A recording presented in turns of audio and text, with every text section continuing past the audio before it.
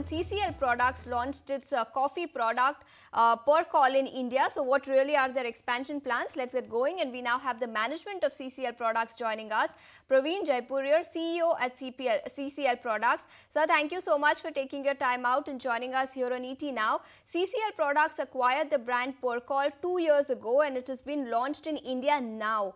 Tell us, what were the major shifts in India's instant coffee consumption that led you to launching this product now in India? Yeah, you're right. We acquired this brand 2 years ago in UK with a dual objective. One objective was that we wanted to resurrect and build this brand in the UK market itself, where it has its roots. And secondly, we were looking at other markets, including India, where we could launch this product. Now, if you look at Indian, coffee landscape, it is evolving very fast. In last 7-8 years, we have seen the kind of evolution in coffee that we hadn't seen in many years. And it does happen with any category which kind of starts evolving in any geography, that various nuances develop, various segmentation develop in that category.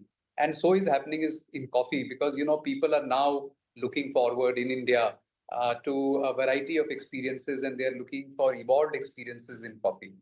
And that's where we thought that Percol fits the bill, because there is a segment of people in India now who are looking for very fine experiences in coffee. And Percol is one brand through which we could deliver these kind of experiences to these audiences. And that's the reason we launched in India. And as far as I told you, the Indian landscape, it's evolving, and therefore, there are various segmentation that have creeped up in coffee. And we believe that going forward, the premium segment, or let's say the evolved segment, will continue to grow rapidly, because more and more drinkers of coffee are now, experiencing coffee not only in India but across the globe. There are these travelers who are traveling across the globe and experiencing different types of coffee, and they want a similar experience in India as well. So we thought that Percol will fit this bill and kind of target to these people who are looking at global experiences of coffee. So India's coffee consumption trend is evolving, that's the word coming in. But Mr. Jaipuriar, how are you looking to differentiate Percol from your existing instant coffee brand, which is Continental Coffee? And what is the strategy going forward for expansion into India? So what we are experiencing is that with our own brands, which is the Continental brands, we are catering to different segments. Yeah. So for example, we have Continental Extra, which we have the blend has been developed largely to cater to the audiences in South India, which likes very strong coffee. So this blend has been developed to make sure that we deliver the strong coffee taste to the South Indian audiences. Now, people beyond South, which is largely in the North, East, and West, they like a lot more creamier coffee and not so strong coffee. So for them, we have Continental Special. Now, these brands are targeted towards different, taste profiles and the mass market of coffee in India. Percol is targeted very differently. It is targeted to the more premium market, the more nuanced audiences. And in fact, in layman's language, if I were to put it across, it really targets the people who are, fond of drinking black coffee. Yeah. So these are the people who are looking for finer nuances in coffee. These are the connoisseurs of coffee, and that's where Percol fits the bill. And that's how the Indian landscape is evolving. So, it happens with food in all categories, and we all know how diversified Indian food culture is. So will be coffee in the future. So what we believe is that there'll be a set of audience, especially in South India, who will like strong coffee. There'll be a set of audiences in the rest of the country who will like creamier coffee and flavored coffee. And there will be a set of consumers who are, connoisseurs of coffee, who drink black coffee and who would like to experience this coffee like Percol. So Percol has its own, separate target audience. We don't see much of an overlap.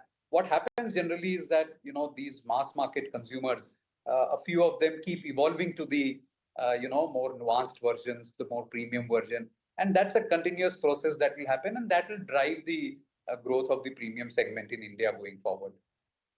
Okay, and Mr. Jaipuriar, since you spoke about premium segment, tell us how fast is the mass market for instant coffee growing versus the premium end, and if you can differentiate the two growth trajectory paths for us. My sense is that the mass market coffee is going at around, and this I'm largely talking about in-home consumption, which is the instant coffee, is growing at around 10 to 12%. But the premium coffee segment is growing maybe up and above of 50%. So that's a segment. So yeah, of course, that is at a very small base. It's a smaller segment. So the growths are, maybe sometimes misleading. But the fact of the matter is that it is growing at a very hectic pace. And in coming years, it will form a very, very meaty segment, so as to say. Okay, so that's as far as mass consumption of coffee is concerned. But Mr. Jaipuriar, let's also talk about coffee prices then. After a relentless surge in coffee prices that we have seen since the beginning of calendar year 2024, we have seen some decline of late. Do you expect further reduction in coffee prices going forward, or do you expect coffee prices to stabilize at the current level? What has happened over the last 2 years, generally, most of our predictions, not only ours, a lot of trade pundits' predictions have gone wrong because nobody had assumed that the coffee prices will rise to these levels, these high levels. But yeah, of late, last month or so, there has been a certain level of softening. Now there are two views. There is a view which says that there will be now a stability. The prices will settle at this point, but really it will depend on how the supplies are coming up. So right now the Brazil supply has come up and the supply has been good, and because of that there has been a bit of softening of the prices. The next round of supplies which will come around month of November, December, which is from Vietnam and India. That will determine that whether the prices will further soften or not. Because if the supplies are good there also, then what it will mean is that it will further soften from here. I have a belief that at the end of it, maybe this cycle or next cycle, there will be further softening from here because even these prices are very, very high. And I have a feeling that it will settle down in the long term at around 3,000, 3,500 levels. So there is a bit of softening that is still there to come.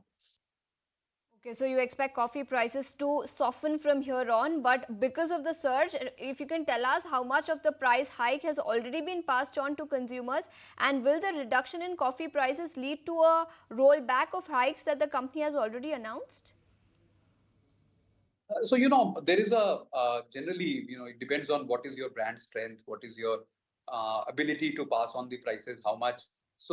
And it is a common phenomena in any consumer industry that all the material price hike, you don't pass on everything to the consumer.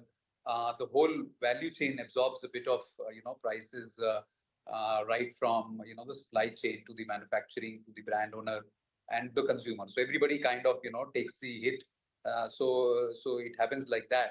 So to answer your first part of the question, that are there any more price increases that are there? I don't see much of price increases happening because now that the prices have settled and softened a little bit, I don't think so brands will be, because there have been very hefty price increases in the last 2 years. So I don't think so the brands will do any more rounds of price increases. Now, whether the prices will be cut and price drops will be passed on to the consumers, that again will have to wait and watch and see how trends evolve, because I'm sure brands will also watch for a couple of months, 3 months, to make sure that the prices have finally stabilized, and then probably run some promos and offers wherein they will kind of try and pass on the prices to the consumers. So that's really how the patterns will emerge. So right now it will be difficult to say that will there be a price reduction or not. I don't see there will be any price increases from here on. Maybe a couple of SKUs or a brand here or there may take one or two more price increases. But largely, I think the price increases are done with, unless and until the coffee prices again surge back to the highest levels. Coffee prices are not expected to inch higher from the current levels. That's the word coming in, and good response and good respite for coffee lovers. Mr. Jaipuriar, thank you so much for taking your time out and joining us here today on ET Now. If you like this video, then like, share and subscribe to ET Now.